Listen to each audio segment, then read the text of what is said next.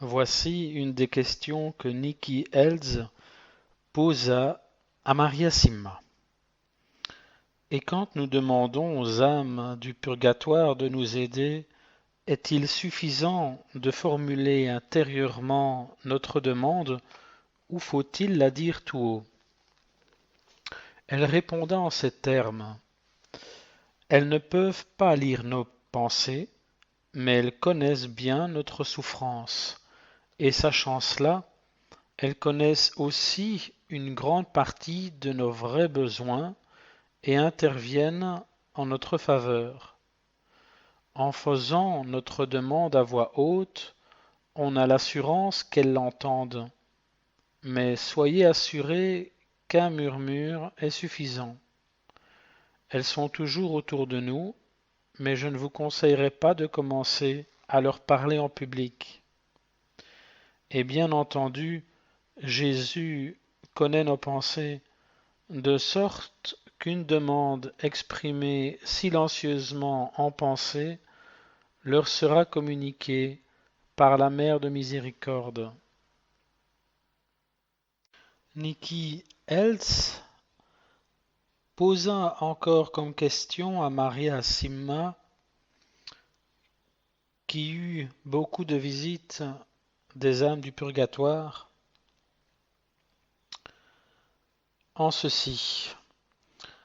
Qu'est-ce que les pauvres âmes vous demandent le plus souvent? Maria Simma répondit la Sainte Messe, le plus souvent des messes auxquelles nous assistons et des messes que nous faisons célébrer, mais aussi de prier le rosaire, le chemin de croix et d'autres prières. Maria nous dit que ces âmes ont besoin de messe parce que chaque messe est le renouvellement des souffrances de Jésus et de sa mort sur la croix. À chaque messe, il prie de nouveau pour nous et avec nous, et il s'offre au Père pour nous. En allant à la messe, nous nous joignons à Jésus pour sauver le monde de la destruction, et en allant à Jésus, nous nous sauvons nous-mêmes. La messe est la plus grande de toutes les prières, le plus grand de tous les événements du monde, et pourtant si mystérieux, si petit et si humble. En amenant les pauvres âmes à la messe, nous les aidons d'innombrables façons que nous ne comprendrons réellement qu'au ciel lorsque nous serons tous réunis autour de Jésus. Une messe aide l'âme pour laquelle la messe est offerte, dans la mesure où cette âme, si elle était chrétienne, aimait la messe durant sa vie sur terre.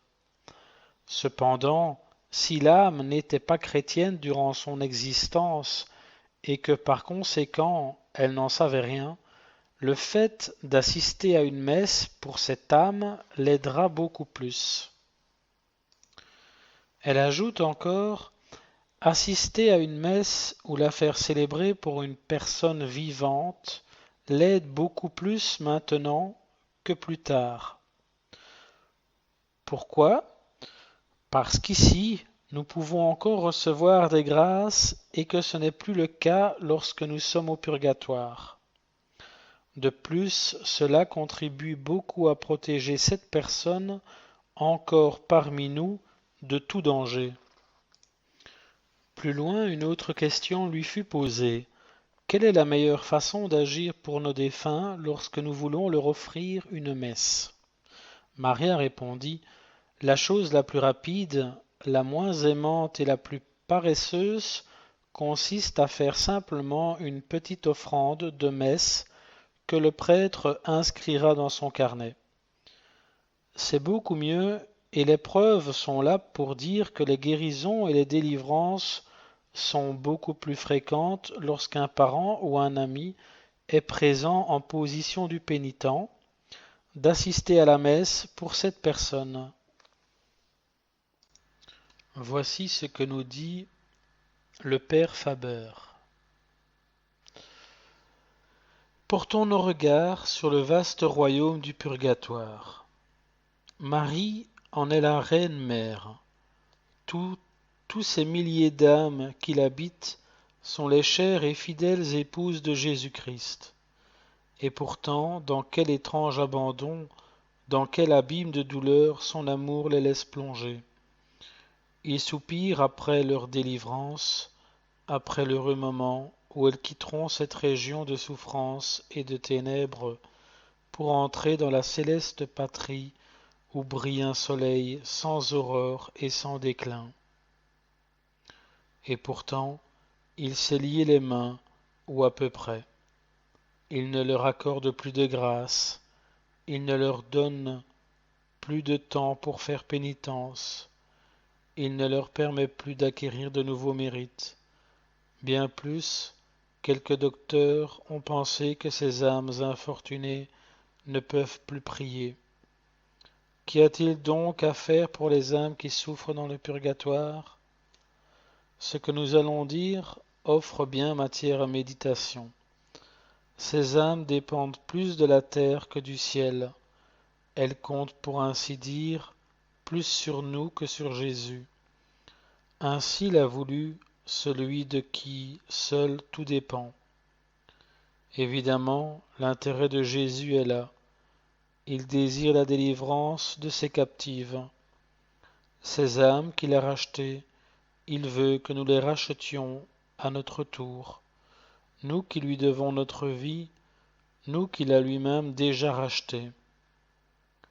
C'est chaque satisfaction offerte à Dieu pour ces âmes souffrantes, chaque oblation du précieux sang au Père éternel, chaque messe entendue avec dévotion, chaque communion humblement reçue, chaque pénitence volontairement entreprise, la discipline, etc., chaque indulgence gagnée, chaque jubilé dont les conditions ont été remplies, chaque de profundis que nos lèvres ont récité avec recueillement, chaque aumône, chaque obole jeté à un plus pauvre que nous, à l'intention de ces chères captives, avance d'heure en heure les intérêts de Jésus dans le royaume de Marie, que nous appelons le purgatoire.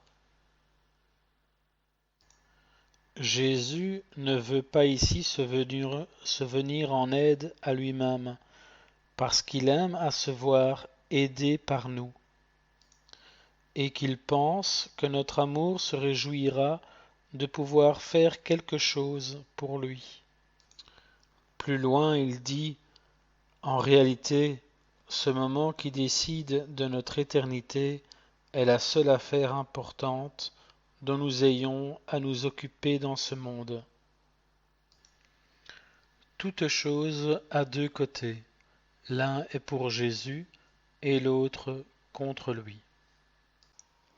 Le père Faber nous dit que la prière pour les morts est plus agréable à Dieu que la prière pour les vivants, car les défunts ont un plus grand besoin de secours, puisqu'ils ne peuvent s'aider eux-mêmes comme le font les vivants.